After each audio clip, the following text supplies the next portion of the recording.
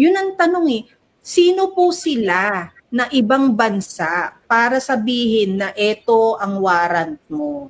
This is the very first time in our history that questions of our sovereignty is profoundly put forward in the Supreme Court. So kaya nga tingnan niyo yung TRO lang. Just a mere issuance or non-issuance of TRO divided the Supreme Court. Kung sabi nga ni Marlon, yung constitutionality ng first impeachment complaint against VP Sara, unanimous.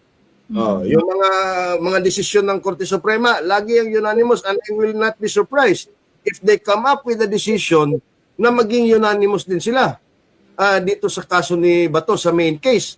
Kasi pag pagpalabas sila ng isang ang tawag dito, desisyon at hindi unified yung Korte Suprema, gagawin na naman yung take-off point ng mga tao questioning the integrity of the court. Tuluyang mawawala na ng pag-asa na maibalik rito si PRRD kasi parang gina-justified ng Supreme Court na mukhang tama yung ginawang pagpapakidnap kay PRRD.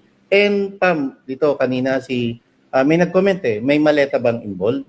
Hindi natin maiwasan kung may mga kababayan tayo nag-iisip ng gano'n. Pero ako, personal, ayokong isipin na pati ba naman ang mga maestrado nababayaran. Ayokong isipin na pati ba naman ang mga maestrado ng Korte Suprema may mali-maletang pera. Sana, sabi ko nga, sana samahan nila ito ng puso.